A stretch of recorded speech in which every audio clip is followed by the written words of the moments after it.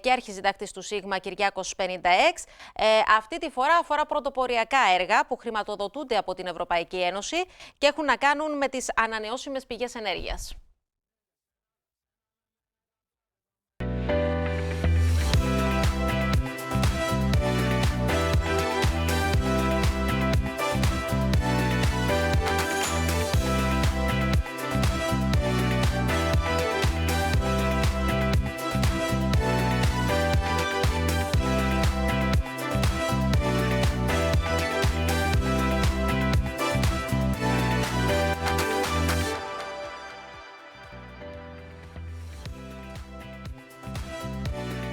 Κυρίες και κύριοι, καλό σας μεσημέρι. Πιο πράσινη, χωρίς ανθρακούχες εκπομπές, επιχειρεί να γίνει η Ευρωπαϊκή Ένωση.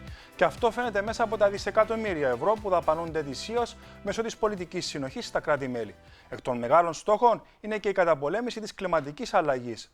Πάμε να μάθουμε κάποια από τα μεγαλύτερα πράσινα έργα πανευρωπαϊκά που βρίσκονται σε εξέλιξη. Το έργο COPAGE αποτελεί καρπό συνεργασίας μεταξύ ερευνητών από τη Γαλλία και την Αγγλία. Προβλέπει την κατασκευή σύγχρονων και ενεργειακά αποδοτικών σπιτιών, τα οποία θα παράγουν 38% λιγότερο διοξείδιο του άνθρακα από τα παραδοσιακά κτίρια. Ο αρχιτέκτονας Φανσουά Στρέιφ δήλωσε ότι για τους τοίχους χρησιμοποιούνται τοπικά υλικά, ένα μείγμα γης, φυτικών ινών και νερού, το οποίο ονομάζουν σπάδικα. Η εξοικονόμηση είναι δυνατή επειδή τα κτίρια με σπάδικα χρησιμοποιούν πολύ λιγότερη ενέργεια από τα συμβατικά κατασκευασμένα ισοδύναμά τους. Στόχος των ερευνητών για το 2021 να πείσουν κατασκευαστικές εταιρείες και άλλους ενδιαφερόμενους να χτίσουν μέχρι 1.500 κατοικίες, χρησιμοποιώντας το εξυγχρονισμένο υλικό και μεθόδους μέσα σε 10 χρόνια μετά την ολοκλήρωση του έργου. Εκτιμούν ότι τα πράσινα σπίτια θα εξοικονομήσουν 11 εκατομμύρια ευρώ σε κόστος κατασκευής, ενέργειας και υλικών, σε σύγκριση με 1.500 παραδοσιακά σπίτια. Η συνολική επένδυση τώρα για το έργο ξεπερνά τα 4 εκατομμύρια ευρώ, με το Ευρωπαϊκό Ταμείο Περιφερειακής Ανάπτυξης της Ευρωπαϊκής Ένωσης να συνεισφέρει σχεδόν 3 εκατομμύρια.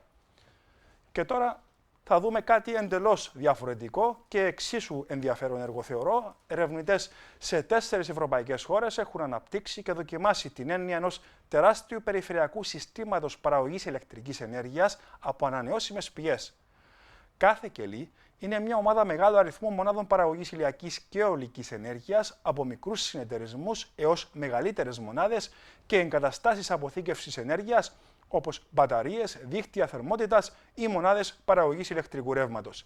Η Energy Cells GR ανέπτυξε ένα τεχνικό σχεδιασμό για το μεγάλης κλίμακας σύστημα διαμοιρασμού και αποθήκευσης ενέργειας και για ένα ενεργειακό στοιχείο σε κάθε μία από τις 4 συμμετέχουσες χώρες, που είναι το Λουξεμβούργο, η Γερμανία, η Γαλλία και το Βέλγιο. Επί του παρόντος, οι ενεργειακές κινήσεις προσομοιώνονται σε έναν υπολογιστή. Μακροπρόθεσμος στόχος φυσικά του έργου είναι ένα σύστημα ηλεκτρικής ενέργειας που εξισορροπεί φθηνά και αξιόπιστα την πολύ μεταβλητή προσφορά ανανεώσιμης ενέργειας και τη ζήτηση των καταναλωτών. Ένα τέτοιο σύστημα είναι απαραίτητο για περισσότερους καταναλωτές να βασίζονται σε ανανεώσιμες πηγές ενέργειας, μειώνοντας παράλληλα τις εκπομπές άνθρακα για την προστασία του κλίματος. Η συνολική επένδυση τώρα για το έργο Energy Cells ανέρχεται σε 1,5 εκατομμύρια ευρώ περίπου, με το Ευρωπαϊκό Ταμείο Περιφερειακής Ανάπτυξης της Ευρωπαϊκής Ένωσης να συνεισφέρει 900.000 ευρώ περίπου.